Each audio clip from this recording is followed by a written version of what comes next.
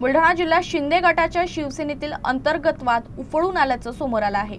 देऊळगाव राजा इथं आयोजित आढावा बैठकीत आजी माजी पदाधिकाऱ्यांमध्ये जोरदार राडा झाला। जिल्हा संपर्क प्रमुख संजय सोनार यांच्या उपस्थितीतच हा गोंधळ झाल्यानं पक्षातील गटबाजी पुन्हा एकदा उघड आली असून राजकीय वर्तुळात खळबळ उडाली आहे।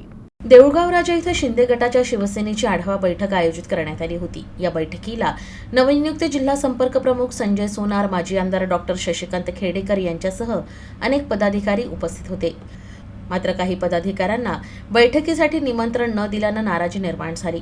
बैठक सुरू असताना संबंधित पदाधिकारी सभागृहात दाखल झाले आणि घोषणाबाजी करत आपला रोष व्यक्त केला।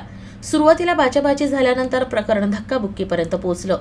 नवनियुक्त संपर्क प्रमुखांच्या सत्कारालाही विरोध करण्यात आला, तर काहींनी माजी आमदारांच्या कार्यपद्धतीवर प्रश्न उपस्थित केले।